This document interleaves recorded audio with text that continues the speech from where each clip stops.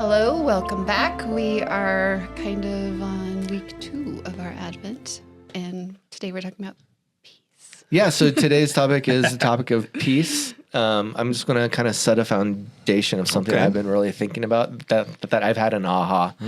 And I think some of the simple things, if you kind of like can see the value in simple things, I've been thinking about Ebenezer Scrooge. And I was like, oh my gosh, Charles Dickens was a genius, that he takes someone who's by himself, who is tight-fisted, and hasn't thought about his past or his future, and only can see the day-to-day, and it's him who's being taught the value of Christmas.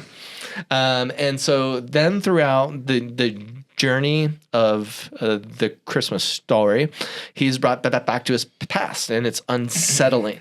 And then he's brought to the current day, and it's unsettling.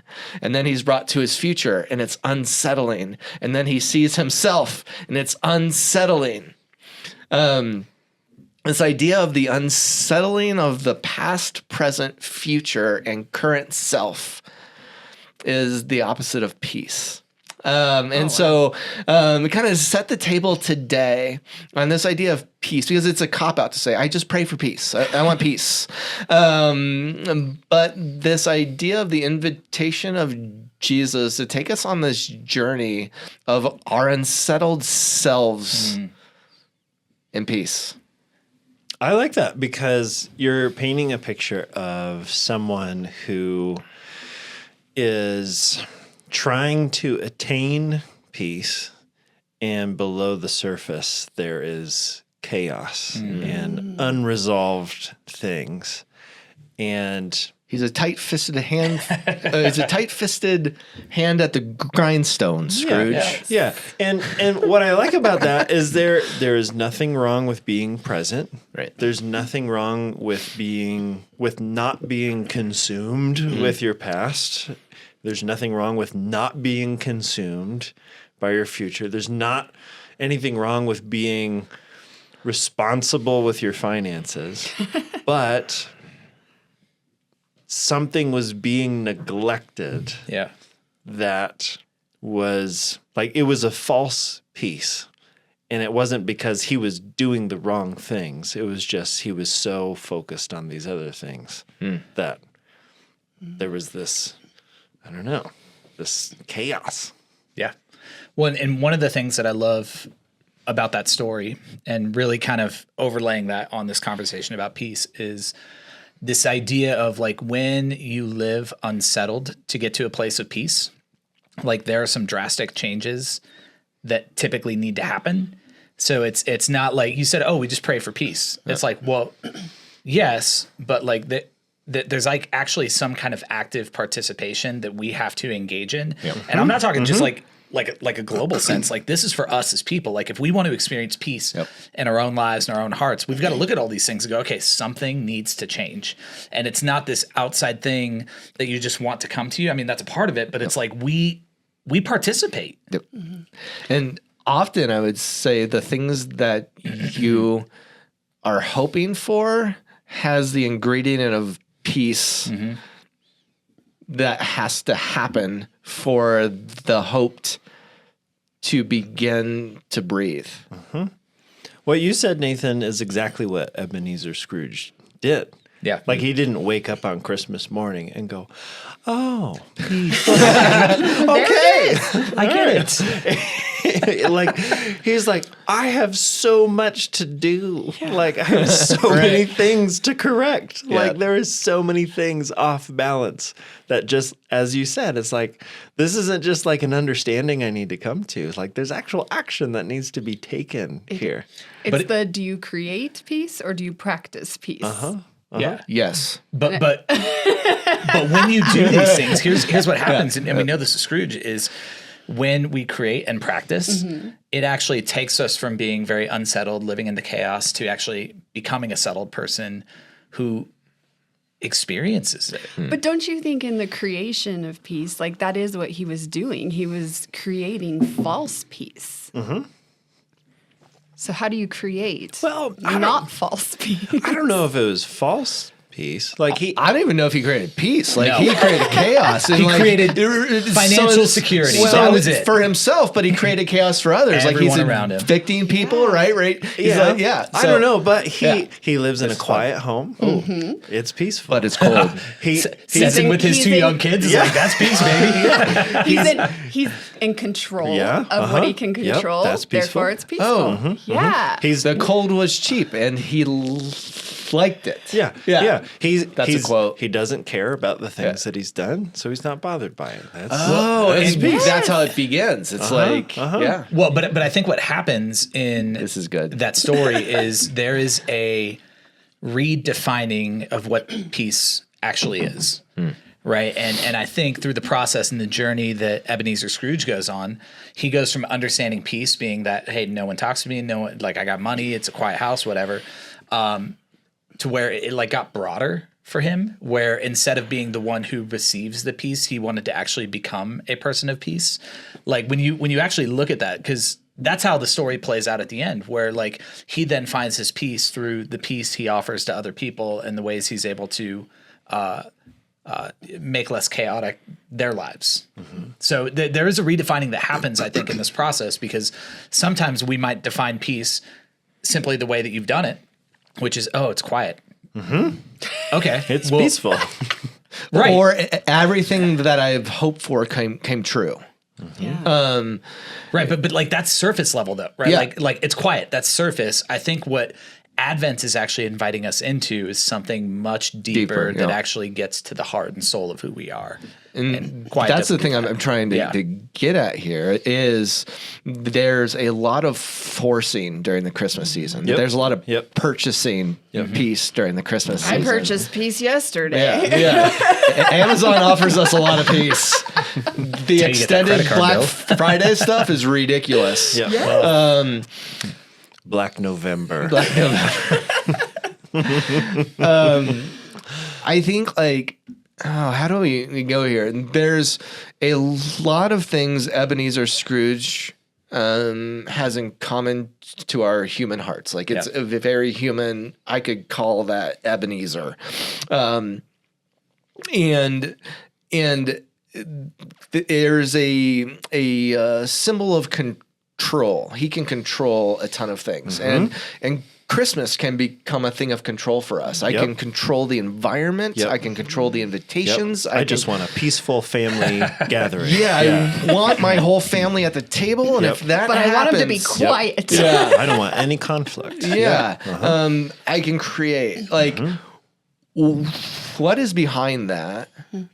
Thinking about the past, present, the future, the things that have not yet materialized, the things that have brought pain that are showing up to our tables, or the table that doesn't exist, or, I mean, there's a lot of things at the symbol of the table, right? Especially in the Christian faith, who is showing up to our table? What am I bringing to the table that is unpeaceful? And that's where I think it's like really interesting to try to think, like, so if you were to ask me, like, how do I define peace? How do you define peace? Exactly. I'd give you an answer. I don't know. But then if you were to go ask my wife, like, how do you define peace? Like, she'd probably give you a different answer. Stetson, you'd probably give a different one than Allie, and both of you for your spouses as well. And so I'm curious, are there these underlying currents to this idea of peace that are universally true? Like what is the peace that Advent is drawing us towards? What is that peace that like our hearts are yearning for, that we're anticipating with the arrival of Jesus? Like that's what I want to talk about. Like that's what I'm really curious about, because sometimes peace, like, man, I don't know, we kind of settle for some pretty cheap definitions. Like, oh, it's peaceful. Why? Because I put my kids to bed an hour early. It's like, well, okay, like that's good for a moment, but like, man, would it be more peaceful if like this was a house that didn't have conflict and that didn't have chaos? Like what? I don't know the answer, but I'm just trying to think, like, is there the thread that ties it all together. Well, and I mean, like thinking, a huge thing that every church is going to be talking about during this season is how Jesus is called the Prince of Peace, and so thinking about if Jesus is the Prince of Peace, like what is it if the Prince of Peace showed up at your table? Tell me what happens to chaos. What would that be like? Yeah. Potentially, it could be an event like the effort to clean your house, and there's like this gathering of all these things you don't know where they go, and there's a closet where all of the things you don't know where they go. But the living room is Immaculate. Yes, it's immaculate. It could be Jesus coming inside and opening the closet door. Going, what's this? And through a long processing, one by one, let's figure out where these things go. Yeah. And Or even he goes to your closet and says, "It's okay." yeah, And he absolutely. closes it again and he says, "It's all right to have a junk drawer." Or, you know? I think this is really important. I want to briefly pause here and add a layer to Advent because Man, I just got the picture of like cake, like a big cake. big cake. Man. I'm going to add another No layer. Thank you. 2-tiered cake. It's going to be 4 by the end. We need another candle. I love cake. And there's candles for the cake. So a big part of Advent is like, okay, we need hope, we need peace, like stuff like that. But Advent isn't meant to just be about I need. Like Right. it's also this season of self-reflection of how have I been withholding hope Yeah. from others? How do I need to bring hope to the lives of people around me? How have I been contributing to chaos?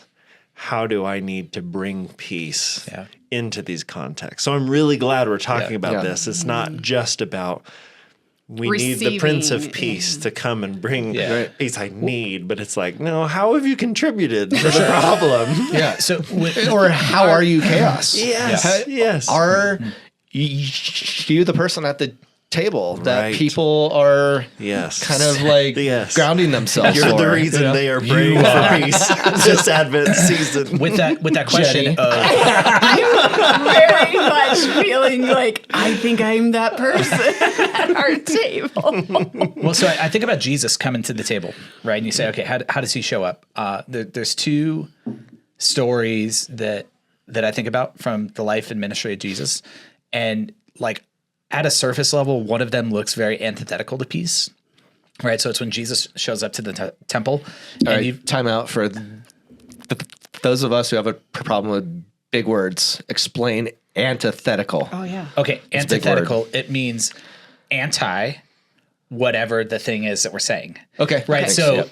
it does not Anti- appear to be Okay. peaceful. Right. And so Jesus shows up to the temple. Yep. Right. And you got these money changers who are out there basically robbing people who are coming there to sacrifice. And so what does Jesus do? He turns them over. Yeah, he flips the tables over, like gets a whip and starts chasing these guys out of the temple. You're like, okay, that feels a little bit chaotic. I like that, Jesus. I do too.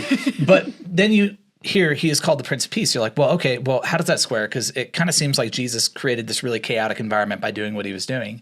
But I think to be somebody who brings peace means you remove the things that bring chaos. You remove the things that are actually incredibly destructive. It's good. And so when you look at Jesus through that lens, yes. It's like him saying, "This is not what it's supposed to be." Yeah, and calling it out. It's Yep. like opening up that closet, going like, okay, let's deal with this stuff because it's this is good. not okay. But then I think about Jesus laying in the boat while the winds and the waves are crashing. His disciples think they're going to die. Jesus wakes up. It is chaotic. What does he do? He says, "Be still." Yep. And the storm calmed. Yep. And so depending on where each of us are at, like in our own life, in our own journey, I think Jesus does both of these. Sometimes being a bringer of peace, It's really good. man, it means you gotta flip some tables and drive some things out of your life with the whip. But other times it's looking at something and going, it's okay. Be calm. Yep. And I've got to imagine that of all of our friends watching this, we've got people in both camps right now. Absolutely. Absolutely. That's so good. We're pulling. I like your closet thing of like, we're going to talk about, it's like this year we're going to just talk about this thing right here. It's like Jesus's Marie Kondo. Yeah. Just this, you know. Does this bring you joy? If it doesn't, it's time to go. leave. Yeah. Does this bring you joy? Yeah. We have to talk about Maria Kondo next week. Yeah, I think it'll be really Oh, good. with the just has joy. to happen. Okay. Yeah, joy. Okay. All right. Okay, let's put that down paper. I think, I mean, like, in the term of antithetical or antithetical, Yeah. antithetical, Yeah. Just say it quick. that I've been experiencing this idea. So I think the sin I have, it is being a perfectionist. I have to be in control of everything. Sure. The house has to be clean always. Amen. That bringing peace in the chaos, like if things aren't perfect, it feels feeling okay in the whole thing. And then like there are other people who have to have the opposite. There's a balancing of truth. And I'm talking from a poetic sense. From a poetic sense, thinking about going back to the past, the present, the future, thinking about even the state of being of Ebenezer Scrooge on Christmas morning, where he sees himself in the mirror for the first time and goes, I got to get a haircut. Yeah. Because he has not been paying attention to himself. The whole picture is this idea of an invitation into how do I bring peace into something that has long been forgotten. How do I bring peace into a current moment? And how can I be a champion of peace going forward? And then I think that there's this thing that you all have been talking about of how do I bring peace to others? How can I be a champion of peace because he is by my side and this is what he does. He came for you. He came for us. He did not come for himself. So what is it to be a peace carrier, a peace celebrator, a person of peace in all those aspects? I think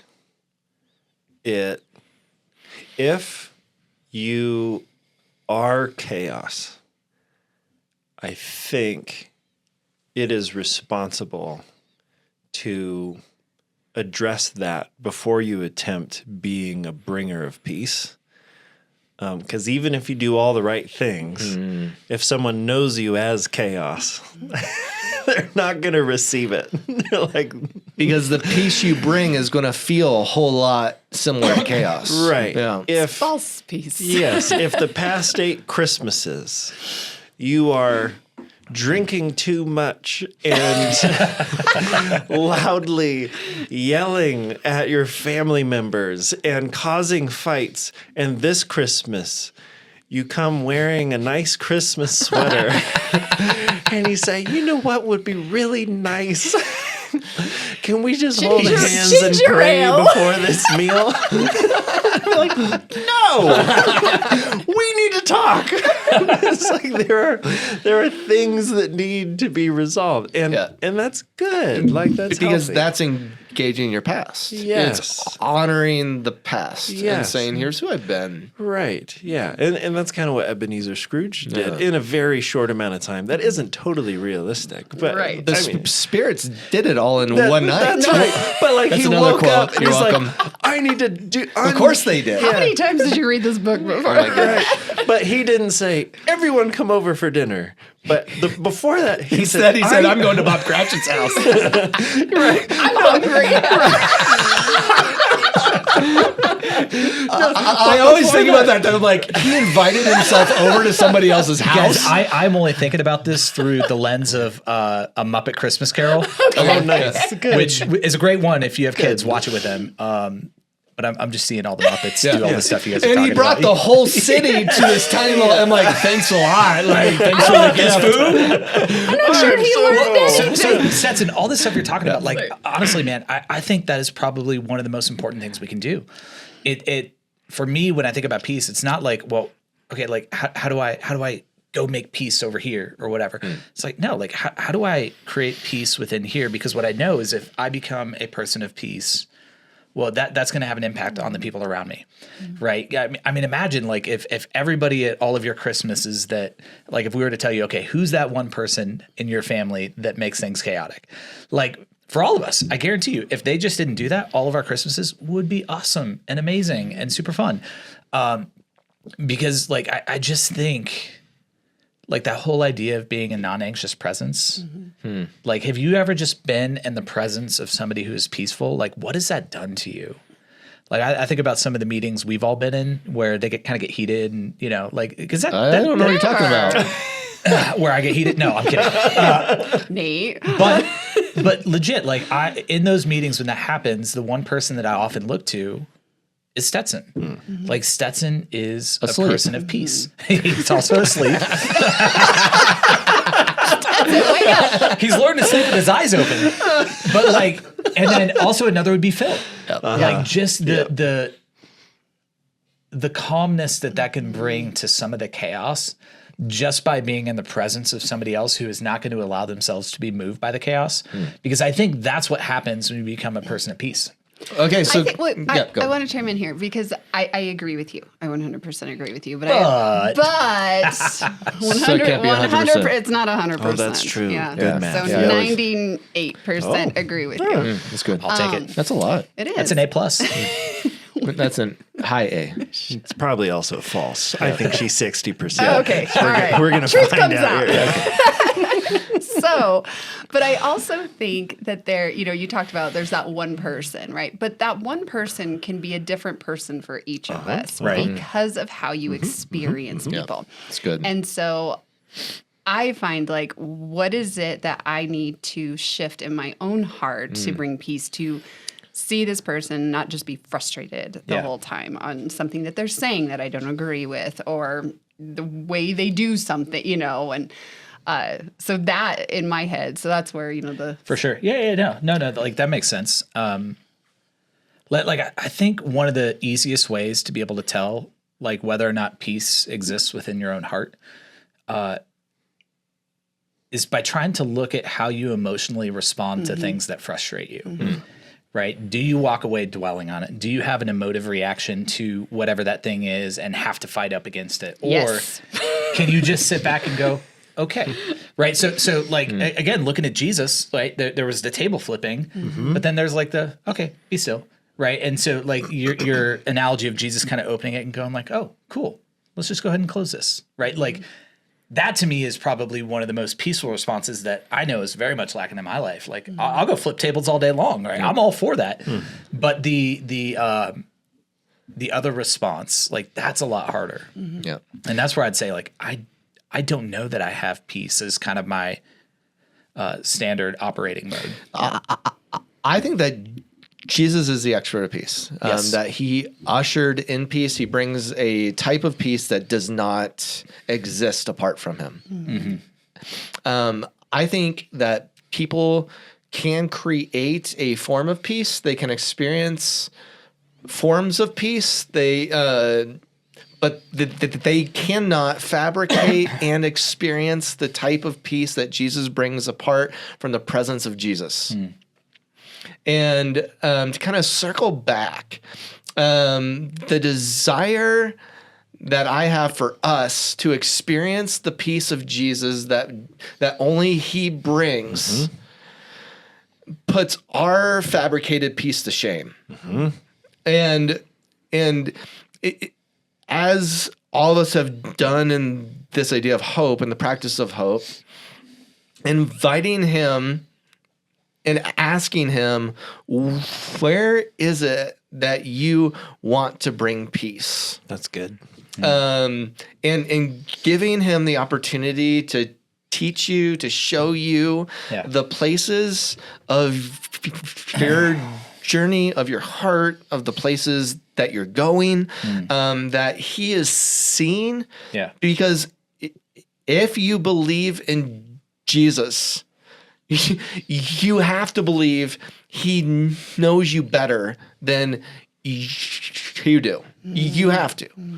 And so giving him the opportunity to teach you about you and the spots that bubble up that seems to be anti-kingdom or anti-peace that he is coming into to sit in. I think it's really hard to experience peace without hope. Right? So like when you think about where chaos comes from, it's uncertainty. Right? At least in my life, like I think that's probably a pretty fair statement, but like the peace that Jesus brings, I think comes from the hope of the things he has done, the things he is doing, and the things he will do. Right? And so that to me is where this peace ultimately comes from, which is only the kind of peace that Jesus can bring. It's not something we can manufacture. It's not something we can create. Like is it a peace that surpasses understanding? Yes, it is. Most likely. That's a quote. Bible. But no, like thinking about that, like man, like when I think about Advent and what is this peace that we're anticipating? Like it's knowing that everything's going to be okay. And I don't think it has to be a peace that you anticipate. You can experience it now, right here. And I think that's something that I think is cool about Advent. It isn't, here's something that's coming, I have to pretend it's coming. It's the table is full. Yeah. There is a banquet prepared for you. Sit and eat it. It's here. It isn't going over someone's house and the table is empty and they're saying the dinner will be served in 2 hours. So, I'm thinking of that scene in Hook where they all sit down for the food and like Robin Williams' character, the old Peter Pan, he's just looking around like, where is it? Where is it? Where is it? And then they start talking about belief. Yeah. And it's like, once we believe this is something that God has for us and that it is right here, and you look down at the table, you're like, oh my gosh, there is so much food here. And I really feel like all these things we're talking about in Advent, that scene in that movie, like that's the perfect picture, I think, of what this looks like. It's like it's here, there. But can you see it?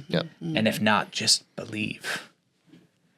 All right. So in the upcoming time in this season in Advent, that topic is peace. I want to invite you to spend time sitting by Jesus and asking him to show you the places of your heart and the places in your journey that he desires to bring peace, and only the peace that he can bring.